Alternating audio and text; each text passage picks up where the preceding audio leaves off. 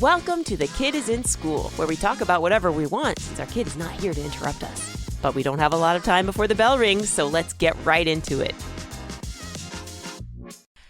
I love the springtime. It's my favorite season besides fall, but it comes with strings attached, and those strings are called allergies. I have seasonal allergies.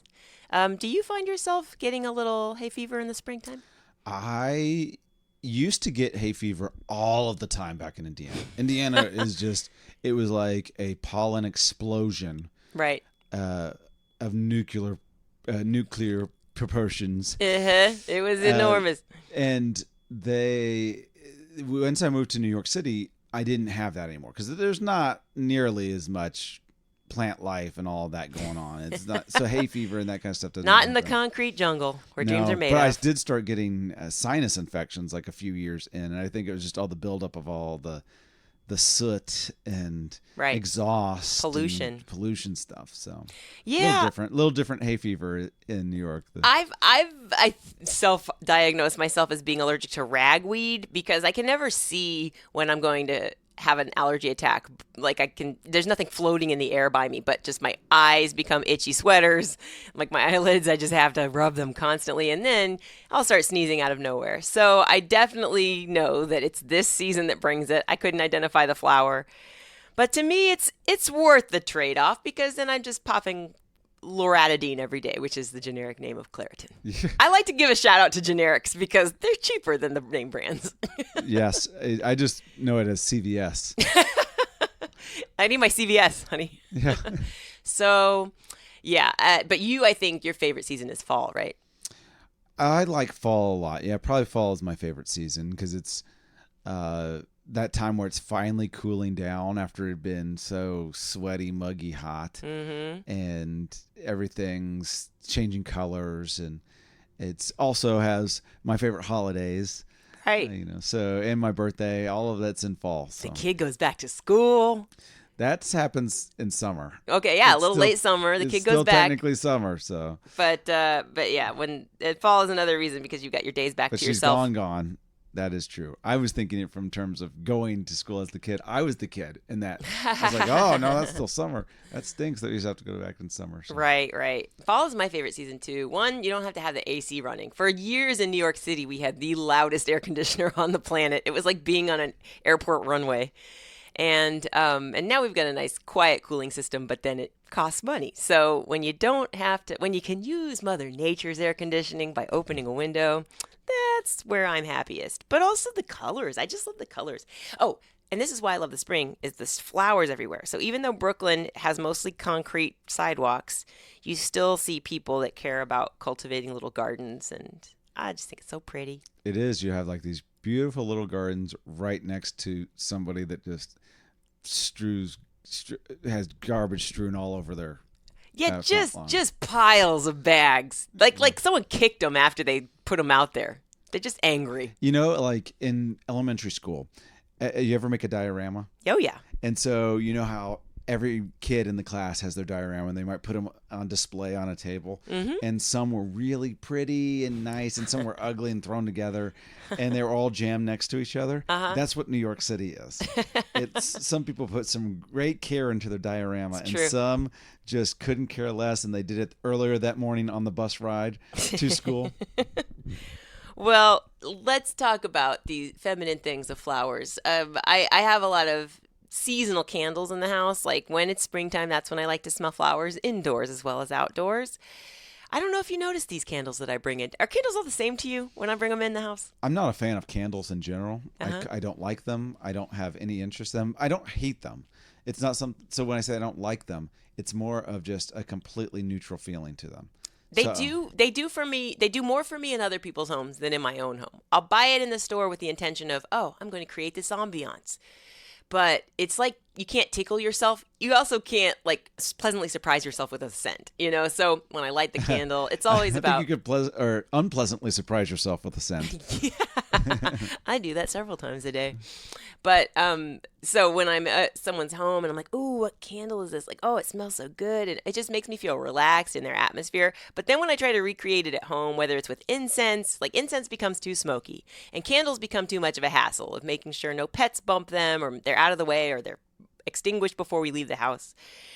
So my point when I said feminine things was, are there elements in the home that you would prescribe to women mostly that you wouldn't have in your own bachelor pad, but that you actually find quite nice? And I'll think about any masculine items I like to see around the house that I wouldn't have otherwise. One thing that I probably should not call masculine is all these shelves on our wall. Anything that is home improvement, like hanging the curtain rod when it falls, is a masculine thing to me because I don't know how to do it. Meanwhile, my mom used to do it, so she knew how to do it. Yeah, I don't know that curtain rods are masculine. Oh, they're so, but the stability of them. Yeah, I guess I don't prescribe gender to most of these things. Gotcha. Because they're unisex. Yeah, who cares? Like a lot of it stuff is just who cares. Like that's the same thing with candles. It's like who cares? Like people that really love candles are really into it. It's just like I don't care. Curtain rods, I don't care. It's necessary things, I guess. I know what your place would look like if you lived alone because it looked like that for 4 years when you were single. Is white walls with nothing on them. Because all apartments in New York come with white walls. So you're not trying to paint. You're not trying to hang decor. Yeah, I don't remember there. I can't remember if there was or wasn't. Honestly, it's been a while ago. So I'm talking about your very first apartment. Do you remember the one that's like 800 square feet? Yeah, that's the only apartment I've ever had. Yeah, by myself. there were no posters on that wall. You owned posters, but we didn't hang them. Yeah, I don't remember. You did not have curtains on the windows because the windows overlooked nothing but brick walls. Like nobody could see in.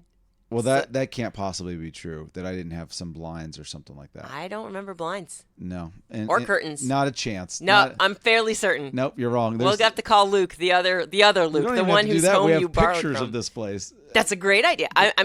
That's a great idea. Yeah.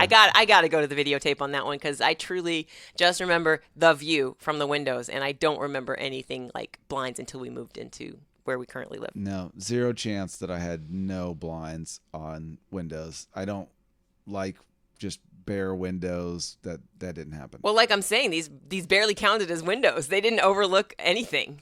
You could see brick from a courtyard. But you could see other people's windows. I couldn't see yes, you could. Any humans through those windows. It may as well have been a painting of an outdoors. Okay, well, you are incorrect about these things. Great. But I'm glad that you have a strong opinion about what my place looked like. Hey, I like being wrong. I'm used to being wrong. I don't mind growing and learning. But yeah, I don't know. So there's nothing feminine. Like lipstick, you could care less if you see it around the house. It doesn't make you feel like, I'm in community. Oh, there's a softer side in my world. No, none of those things mean anything to me. The only thing that means something to me is that I don't like clutter, and I do not like the walkways of a house to have things in them. True. Like if there's a laundry basket, if there's a dog toy, any of those things just drive me absolutely nuts. I have a theory about that. And what's your theory? My theory is your toes have been very sensitive for years. And well, you don't like stubbing a toe. I've stubbed a toe, but you've got toe stub issues. And which, you know, that's a huge deal. Well, yeah. I mean, the toes, I've played a lot of basketball over the years. And so my feet are not in the best condition. Right. And so, yes, and I have expressed this. Get this stuff off the floor. And yet it just constantly. This is not the airing agreement. It's as if you have no. It's as if you have a broken arm, and I'm just like constantly filling the house with windmills, and you're like, could you please stop with the propellers? They're constantly bumping me. Is clutter a woman thing to you? No. Oh, okay. No, but we were just talking about like what does or doesn't interest me in the house. I think so because you said lipsticks. Do lipsticks like feel feminine, like out of touch? And it's like, no, I don't care about those things. I don't care about tissue box covers. Right. They don't make you feel like you're in your mom's house. Nope. Okay. No. Well, my mom never did tissue box covers. My grandma did. She used to do those. I don't know what they were, like they're not macrame, but like some sort of heavy knitting. I believe crochet. Crochet, maybe. Put that over not only the tissue box, but the toilet rolls. Yeah. So like they'd have the toilet roll, and it had a little crocheted cover that she put it over. I love that concept of like, this needs protecting. Maybe protection from dust, or it needs to be attractive because it's just hideous on its own. Yeah, I guess it's like in the 1950s how they never showed a bathroom or toilet in anything, and they didn't have beds that were, a single bed. It was two. It's like we don't even want to think. So definitely in the 50s, no toilet was ever seen on television. I forgot about that. Oh, my ideal life. In I don't general, want to see a like toilet. toilets aren't seen in television still really today. Like occasionally there'd be something like some plot point in a sitcom. Yeah, it has to be a plot point. It has to involve the toilet. Yeah. Oh, I don't like in those dramas when they're like, it's always in a bar bathroom. They have to go in and hide something in the ceiling, and they're like, it's a bird's eye view of the toilet. Mm-hmm. But it's always clean. It's always unusually clean. You ever been to a monster truck rally? And no, surprisingly enough, being from Indiana, never went to a monster truck rally, probably because they were on Sundays. I bet you, because it's always like Sunday. And Sunday was church day, so I never got to do that. And you might say, what about the evening? No, we had church in the evening too. We had morning and evening church. Church all the livelong day with a pause for lunch, which is also a church potluck. It might as well have been the Holy Spirit saying, Sunday, Sunday, Sunday, you will be at church. I can't even imagine how those came about, except obviously sinners wanted to collude. But no, like who decided we need a huge space to play with trucks and make trucks into something they can't be on the road?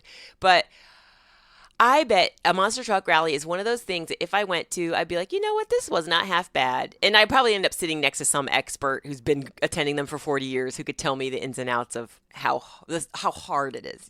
That always happens at sports. I definitely, when I was a kid, Bigfoot was a big deal. Yes. There was Bigfoot, and there was another monster truck called Gravedigger, I believe. Wow, you knew the names. I'm trying to remember if there was another one that I could and I think they even had like Bigfoot versus Gravedigger on, as if they were going up against each other. It's like who can crush the most cars. Right, and it's not the drivers, it's the car names. Yes.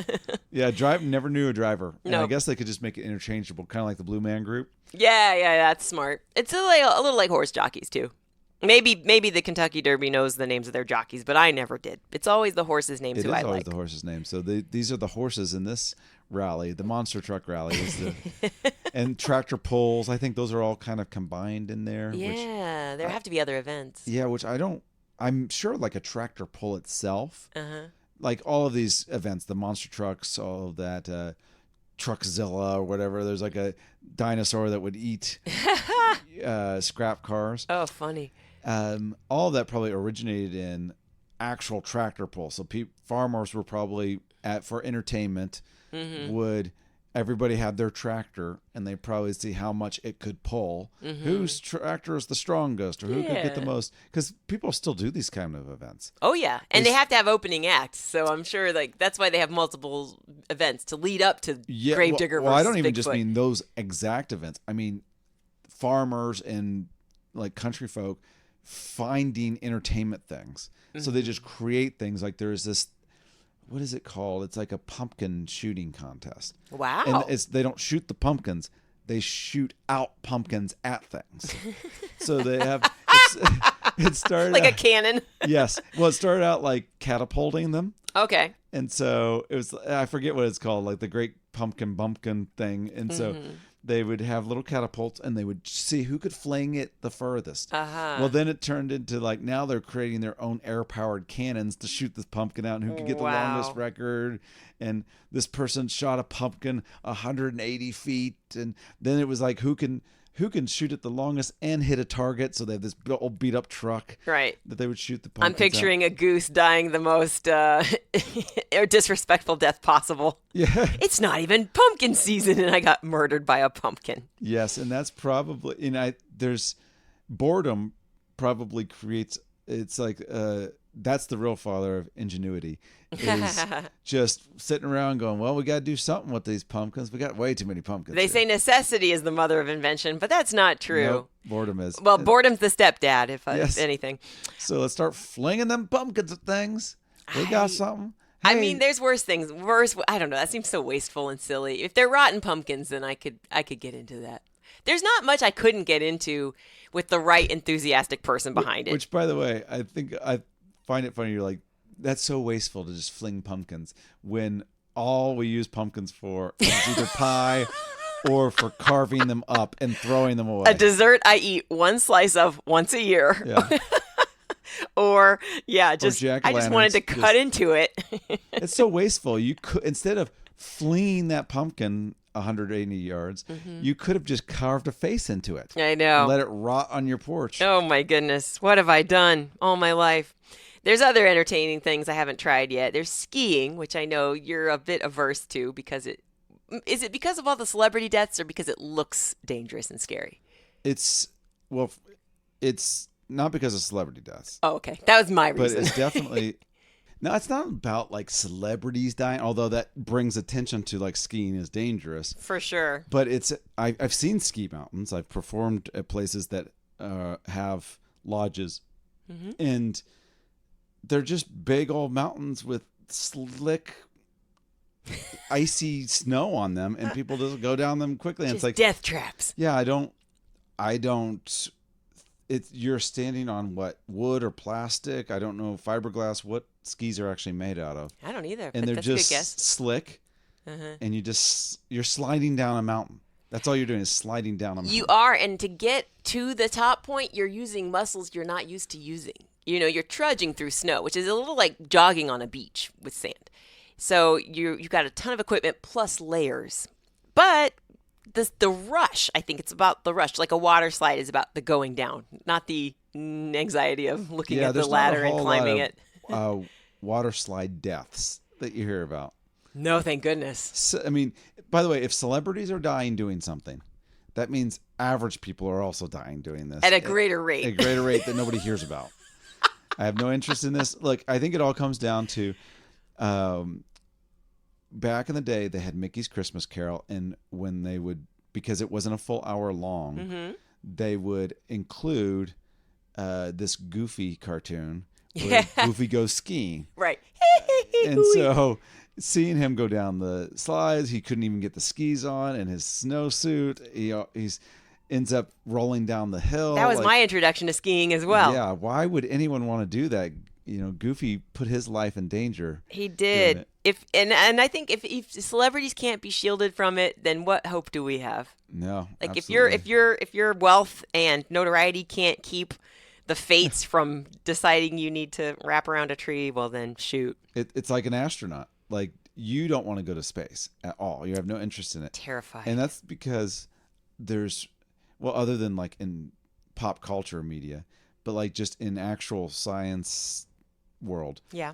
There's been 500 people have gone to space ever, something like that. And no one dies in the spaceship like they do in the movies. No, but they have. Oh, have they? Well, yeah, and the Challenger. Yes. Rest So in peace. that's the thing. It's like the Challenger, but there was also Apollo. What would have been if that was Apollo 11 went there? So maybe Apollo 10 or something like that. That they died in the capsule that never actually took off. Aww. And so there are people. It's like I'm telling you this for the first time. This happened in You're just refreshing my memory. Now I'm revisiting the. Oh yes. So this is NASA. Right. Which is like top they've got They double checked all the and boxes. triple checked everything. Exactly. So and skiing, I've met people that work at ski slopes. They are not double and triple checking everything. They might as well be guys, carnival ride operators. They basically are. I will say this about outer space. The astronauts always seem to die on Earth. It's not like while they're in space. The thing I'm afraid of is being in space and Hal murdering me, Well, that's not going to happen. It doesn't. It's only because of movies. That's they freaked me make-believe out. fiction, but... True. How about hang gliding? Would you ever try hang gliding? Boy, that one's a tough one. We did in our on our honeymoon, we did that wind thing. It's parasailing. Parasailing. It's tethered to something, but that's similar, I guess. So, I got airsick in that, weirdly enough. I was scared, so I closed my eyes for most of it. I was so afraid of losing a flip-flop. My foot was flexed the whole time to keep my shoe from falling. But when we slowed down, I finally started to relax. Yeah, going up, I was like, oh, it's too high. It's too high. So really the question is, would you go? Hang gliding. Gosh, I always thought I would, but now that you reminded me of how I felt during parasailing, I think the answer is probably not, especially if it made me airsick. Like if your stomach's constantly dropping as you descend, bleh. I don't know. One big roller coaster ride. I thought it would feel like flying. And sometimes our daughter asks me, would you rather have the ability to breathe underwater or fly through the sky? And I always say fly, but the truth is I don't want to go up there. You don't want I just want to float a little above the ground. You want to be in a bubble. Yeah. That makes you feel very secure. It's not one of those lifts where it kind of like sways back and forth. It's you're completely encased. Yeah. It's really more like a monorail that just keeps going high. Yeah, and you know how bubble solution, you see a bubble, it rotates in the sky? It's not that kind of bubble I want to be in. I want to stay firmly, I want gravity to apply, which it would, and I want... I think you want to be in a building, stay is what upright. You're saying. I want to be, in a building be on solid ground. Look through a window. In fact, when people call the planet, like, is this just a ball floating in space? I'm like, quiet. No, it's not. It's a very firm, flat foundation. I'm a flat earther when it comes to my fear of space. Yeah, I guess I wouldn't hang glide. I always thought it would be cool to fly, but I just want to hover close to the Earth's surface, really. Mm-hmm. Well, I think it's cool to try new things. Yeah. I do find that interesting. But there is trillions of new things you can try. So just pick the ones that have some interest to you. So there are some things that just don't interest me at all. Couldn't care less. Trying them wouldn't ignite any sort of fantasy in me. It just don't care. Do you consider yourself risk averse? Risk adverse? I think that risk adverse for things that I don't have interest in. Yeah, well, that's the thing. I'm kind of wondering if your lack of interest is just disguised as fear. No, it's really fear. But I don't want to do that. I'm scared. But at my age, playing basketball all the time, there are guys that are like at my age, and this happens like at 27. People start saying this, like, oh, I just don't want to get hurt. Yeah, man, I don't want to hurt, something, or I'll be, laid up. I don't want to blow my knee out or any of that kind of stuff. So there's risk to that. The fact that I've been playing basketball for 30 some years. Yeah. Of my life, so fairly calculated risk, but it's a risk. And most of those years, it was not risky. It's not risky when I was 12.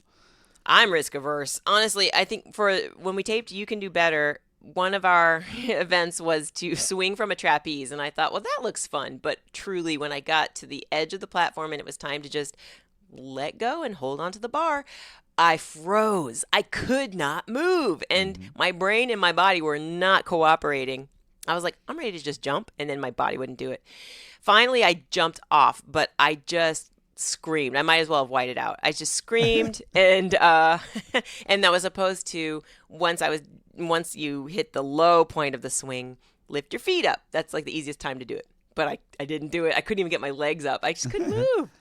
I just picture you just in a free dangle. Yeah. Just kind of legs looking like you're a corpse, just kind of flinging it Yeah, around. if you've ever picked up a crab and watched its legs kind of slowly move through the air. I just felt so much heavier than I realized I was. It was like, this is not like the monkey bars when I was 7 and weighed nothing. I get that feeling. Like I did that in college when at Indiana they have platform diving that you can do. Whoa. And they only allow students to like go up to 2 platforms. There's really high ones that the dive team would actually go on, and Olympic divers would go to, and yeah, those are amazing.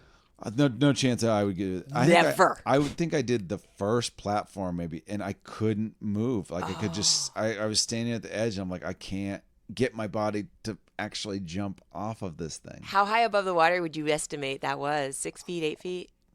I don't know. Golly. Yeah, maybe 10. Wow. Like yeah. I mean, I could imagine that being really, really tough. Yeah. But did that surprise you that you couldn't? You got all the way to the edge, and then you were like, "Ooh, I cannot do this." Yeah, maybe it was 20 feet. Maybe it was the second platform, the second diving board, because there's a regular diving board and then there's a little higher diving board. So, I think that's where I got stuck, and I just was like, I can't do this. I'm getting scared just thinking about it. I know that I'm risk averse. Like I'm like Chucky on Rugrats. Like, I don't know, Tommy.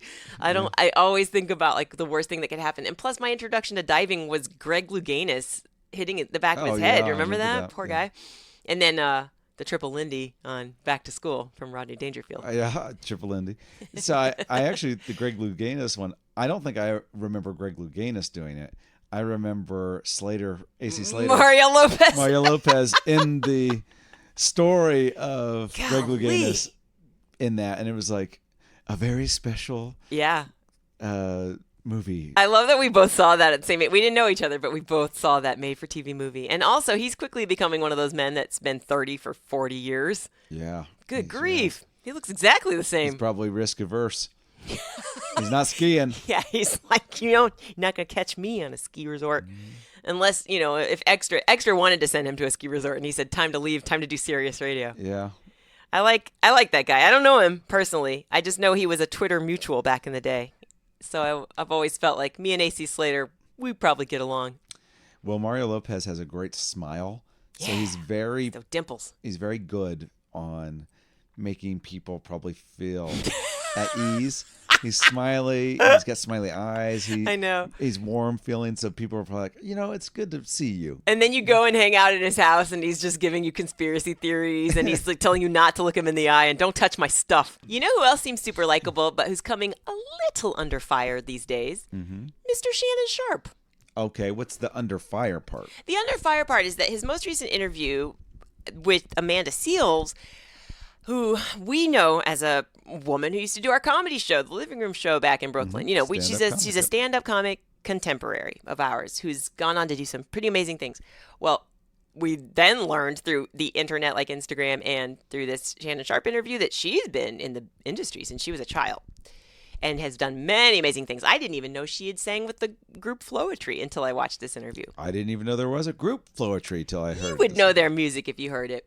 So, if I was watching it just because I wanted to see how did she fare in this, because it kind of reminds me of how I might do if I was interviewed. I don't know. The world doesn't really know everything I've done. This is my platform to explain it, my career thus far. But right away, it felt like oil and water. And that's not anybody's fault. I would just say these two didn't click with their styles. I think Shannon came across as a people pleaser, and Amanda came across as a forthright person. Like, nope, I'm a no bull crapper. Mm-hmm. He's bull crap in the good way of like, hey, I'm going to tease you now, and I'm going to smile, and I'm going to ask you questions, and I can be wrong about these questions. You can correct me if I'm wrong. Mm-hmm. But she took everything that he got wrong as like, how dare you not research me before this interview? And so did her fans. I'm still seeing people do memes about that interview today. And it's been, I think, a week removed. So do you think he's a pretty good interviewer, or do you feel like he fumbled the bag and, he should go back to interview school? Well, in terms of interview, for one, he's a very good talking head. Mm-hmm. So on sports programs, anything like that, he's great at those things. Commentary, he and Ocho Cinco do the podcast together, and Nightcap, and they're great just talking things. Mm-hmm. Interviewing is a different thing. It is. Do I think he's the best interviewer in the world? Not necessarily, but what does it take to be a great interviewer maybe is that you're kind of disappearing a bit in the in the interview. Yeah, the audience stops focusing on you, and they're able to focus on the guest answering the you're almost an avatar for the audience. Mm-hmm. Wanting to know these things. And so it's not like he's bad, because clearly he's able to get people to open up and create an atmosphere where Cat Williams is going on for 2 hours and 2.5 hours of just talking and feeling comfortable to share everything. I loved any time Cat actually made Shannon break, because I was like, good, he's, Shannon's finally like feeling the way I've been feeling when I'm watching this. Mm-hmm. It made it more entertaining to see him break. And he's very good at providing a platform, especially for Black performers and Black comics. True. So not only the super famous like Cat Williams, but they're still well known, like Godfrey and Amanda Seales. Mm-hmm. They're not Cat Williams known. They're not household names yet, perhaps. And I saw one with Tommy Davidson, and he's someone who's in my memory as someone who's just solidified in the entertainment industry. But could I say what he's been up to the past 10 years? Not necessarily. So It is nice to see Black comedic performers of, through the years, all ranges. And so maybe Shannon is a great interviewer, that he's providing a space that people feel comfortable to share, and he's asking the right questions to get them to open up. There's well, for the most part, maybe Amanda did not open up on some of his questions, but a lot of them, just the people that are on there, just open up and they can go. And he's the name of the podcast, I should say, is Club Shay Shay. Yeah, and so he certainly provides something that prompts them. Yes. Good prompts there, because there's other people that have similar style podcasts. Bill Maher has one that is, we're sitting in the lounge in my basement and having a conversation. I haven't seen his. I like the one with. Oh, I'm sorry. Go ahead. He talks a lot more though. He talks a lot more than Shannon does. Shannon talks, but like Bill, he goes back and forth. It's more like a conversation. I notice all the guests always want to relate to Shannon on a football level. They'll use football as a metaphor, and I wonder if he's tired of that by now. Like, you don't really know my field, so. But they do. They say, they're like, it's the way you had to listen to a coach, or the way a coach comes in and does this, and then the player decides this. Yeah, and he's always very generous with it. He's like accommodating to that. Sure. Well, probably it's a way for both of them to relate to each other. Yeah. Because he's not a stand-up comedian. He's not a performer. He hasn't done those things. Right. And a lot of them have not played football at all or on that level. I can't say no one has, but I can't think of one person off the top of my head that was like, Terry Crews was, I believe, a guest on there. Was he a guest on there? I didn't see that one. I'm not sure where I saw Terry Crews talking, so I don't know if the Terry Crews interview. So maybe that's a sign of a good interview, is that I don't remember who was interviewing Terry Crews. So I don't know if it was him or they not. completely disappeared into the background. Disappeared in the background. Some of my favorite interviewers come to mind, like Barbara Walters and Diane Sawyer, but it's really about what nuggets they're able to pull out of their guests. It's like a memorable answers that the guests gave, or the way that the guests seemed very approachable and candid. And I always used to love those. Like right before Oscar season, Barbara Walters used to interview the actors that were up for nominations, and you get a glimpse. Now, I know it's a whole team making these shows happen, and the questions have to get cleared through the people's PR teams, by the way. So you're never really getting genuine honesty, but you're getting what they want to show of themselves, and you're getting part of themselves, which I think is cool. And Diane Sawyer, did I mention her? She comes to mind because she could have a stone face that is likable enough that people just keep talking. She's really good at being quiet when people are telling their story. And you want a master class in being quiet, I think you need to watch all the Datelines. Those interviewers, they have so much character, but they also are very stoic when it comes to listening. I wish I could remember the name of the guy that does To Catch a Predator. Oh, Chris Hansen. Chris Hansen, because is he the Chris? Is that who I was thinking? There's Chris Hansen, but there's the guy that's like with the white hair. The white hair. His name is Ken. I just found out he's somebody's stepdad that you and I both know. He's somebody's stepdad. Who is he? I don't know, but yeah, anyway. He's got that creepy voice. Whatever. Oh, it's on the tip of my tongue. What is his name? He's got like a little trill in it, like, oh, and he walked into the living room.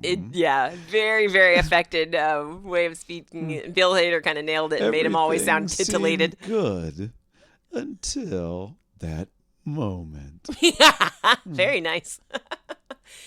Yeah, I love the way they have coached those people. But then I thought maybe it's because they record the interviewer's side after the criminal has already left the room. Yeah. So nothing they say can be so shocking. I remember Gail King getting a lot of accolades for remaining stoic while R. Kelly said his nonsense during their interview. Like times where you just want to roll your eyes or be like, what are you talking about? She was just like, uh-huh. Oh, really? That's one way to look at it. Okay. And then you've got Oprah, who interviews, and every response she has is just a meme. Even her nonverbal responses. I love them. Yeah. Well, there's definitely a divide right now where it's like Club Shay Shay really isn't just an interview. Mm-hmm. Like podcasts in general aren't meant to just be straight interviews. They're meant to be conversations. And these interview points maybe would be they're conversation starters. And so that we don't sit here and just stare at each other. Mm-hmm. it's, oh, let me find out a little bit about you, but like really get into stuff. I recently, Jerry Seinfeld has a new movie coming out about Pop-Tarts. Wow. And I didn't think it could get more mundane than bees. yes, and so. But now we have And this is not animated. This is a live action. processed breakfast cereal. He is acting in item. it. Jim Gaffigan's in it. So they are. He's doing the circuit on interviews, and Okay. so there's this guy Graham. Oh, I can't remember. Not his Graham name. Norton, the British guy. No, Okay. no, this is a different guy. I think his name's Graham something, but he's very boring. I hope his But he name is does a Graham lot- Cracker. He does a lot of sports interviews, Okay. but he's very quiet and very boring. But he does ask questions that are interesting. And now the thing is, I noticed something that makes him a good interviewer. Mm-hmm. Is he asked Jerry about, it's about maybe about turning 70, Mm-hmm. and he said, you know, you're turning 70, and what's that feel like? And he goes, and Jerry's like, I don't even want to talk about it. It's not funny. I don't even want to talk about that. Mm-hmm. You know, I have no interest in talking about that. It's not funny. Bad question. Basically go, bad question, next. But the interviewer did not give up on the question. Ooh. He didn't go, he goes, oh yeah, so there must be some deeper spiritual meaning or something, you know. He rephrased everything, almost acknowledging that Jerry said what he said, but not just going on to the next question. He reframed it, and then Jerry gave an answer. Nice. And I thought, well, that's a little bit of the Steven Seagal Aikido, like using somebody's energy against them and like having them come back and give you what you want. Yeah, a bit of a skill there. Not being intimidated and cowering. And I interviewed celebrities for People, and it was hard when they put the brakes on and they said, I remember America Ferrera, I was supposed to ask her about family planning. Like, so everybody loves that you're working with your husband. When are you two planning on having kids? And she said, that's a very personal question. And that's all she said. And it just hung in the air. And I was like, oh. Uh-huh. I looked at my notes, but in my ear, the showrunner's like, push again, ask again, say everybody loves it. We want to know. I did. I ended up vamping like, well, you can't blame people for wanting to get to know you closer, and everybody feels like they know you. And, I don't know. She did not give me an answer on that, but I remember what it feels like to fumble and be like, uh-oh, Mayday, Mayday, she didn't answer the question. Yeah. Well, yeah, that's a skill turning into. Yeah, I would definitely is very personal, and that's the tough part about being in the public eye is they want to know personal things. Yeah, well, the comedian in me wanted to say, okay, so your social security number's out then. Yeah. You're not going to share that then. And flipping the pages, right. Acting like I don't really want to know this stuff. I have to ask you this stuff, lady. Right. I remember people yelling in my ear right now. Joe Manganiello's person, whoever they were with him, just shut down the interview and said, don't ask that, don't ask that, don't ask that. And I'm like, this was supposed to be handled before we even started. Yeah. So it can get, and one more, I forget his name, but one actor, I was like, so this was your first horseback riding movie? And he goes, no, I rode horses in another film too. And I'm like, neat. Yeah. But he seemed to be like, why didn't you know that? And I'm like, because I don't know anything you've done. Yeah. Because whoever gave me the notes didn't know. Yeah. That's why. Because the person that gave me notes is 19 years old. Yeah. And they lost sleep trying to do an interview, like do the research on you, buddy. Mm-hmm. Yeah. Oh my goodness. I'll tell you, live programming is tricky. It's very tough interviewing in general because the interviewers, a lot of times, other than just having genuine curiosity, yes, don't necessarily know everything you've done, and it's their job. Yeah. They're interviewing 1,000 different people, and you are one of them. Yeah, and maybe they are actually fans of your work and do know it. Large chunk of them don't, and so as celebrities, they can be weird anyway. It's like you should know me. Mm-hmm. And I think as comics, everyone else around me knows everything about me. Why don't you, stranger? And as comedians, you are trained very early on that people are not as invested in you as you're going to be in you. And like half the time, well said. Half the time you're going to get your name wrong.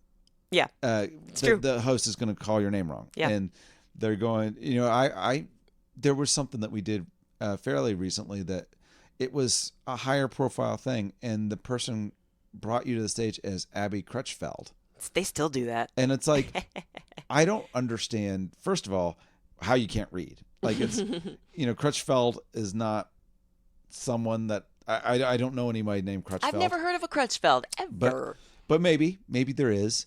But also, if you're just reading, just read the words. Like, it's not, you're leaving out letters. Yeah. If you say that. Right. It's a good point. But they add them to mine. I've gotten Luke Thatcher. And it's like, Thatcher. I don't know. You put in some letters that aren't there. And okay. Well, I've said this before, but I do get annoyed if I'm on a podcast as a guest and they're just like, tell me about yourself, instead of actually knowing anything that I've done. Because it's like, you can tee someone up a little better than that. Yes. So what have you done? What's Yes. your career been like thus far? Who are you? Who are you? What is your name? Pretty much. So I get it, celebrities. I get it that it's not fun when the interviewer doesn't know all of their stuff, but you got to cut them some slack. Well, yes, definitely. As celebrities ourselves, we get it. Yeah. I'm a different tier, because I'm a celebrity to my kid for sure. I'm like, I'm the most famous person you know. That's all that you need to care about. She's like, are you famous? I'm like, to you? Absolutely. I'm the most famous person you know. Mm-hmm. I'm big. I'm big in your world. Let's talk about, let's conclude with a little comedy win. I want to say congrats to you. Okay. You had a great set of shows at the Comedyplex in Chicago. Yeah, well, yeah, very fun new club out there. So yeah, that's hopefully I'll be back and do some more. I got to perform with a good friend, Nick Cobb. He's great, but you did not, spoiler alert, care for the layered deep dish pizza. Did not like that deep dish pizza. It didn't sit well with you this time. It literally didn't sit well. I was like, it kept wanting to come up. Could it be because it's 3 pizzas layered on top of each other? Thanks for joining us today. If you had a great time, let us know on social. Follow Kid is in School on Twitter and The Kid is in School on Instagram. Subscribe so you don't miss our next episode. Be sure to throw us one of those 5-star ratings and share with your friends. Oh, and do it quickly before the kid gets home.